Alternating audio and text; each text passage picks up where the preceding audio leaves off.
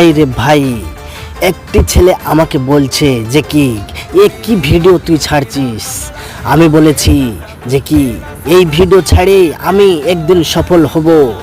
আর সেই ছেলেটা বলেছে ভিডিও ছাড়তে গেলে এবং করতে গেলে একটি যোগ্যতা লাগে। তোর কি সে যোগ্যতা আছে? তুই কি করে বেড়াচ্ছিস?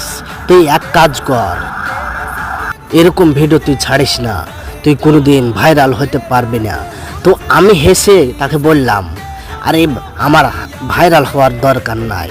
আমি লোকের কাছে একটু কাছে না যেতে পারলেও ভিডিওর মাধ্যমে তাদের কাছে একটি মেসেজ পাঠাতে পারি, এটাই হচ্ছে আমার সফলতা।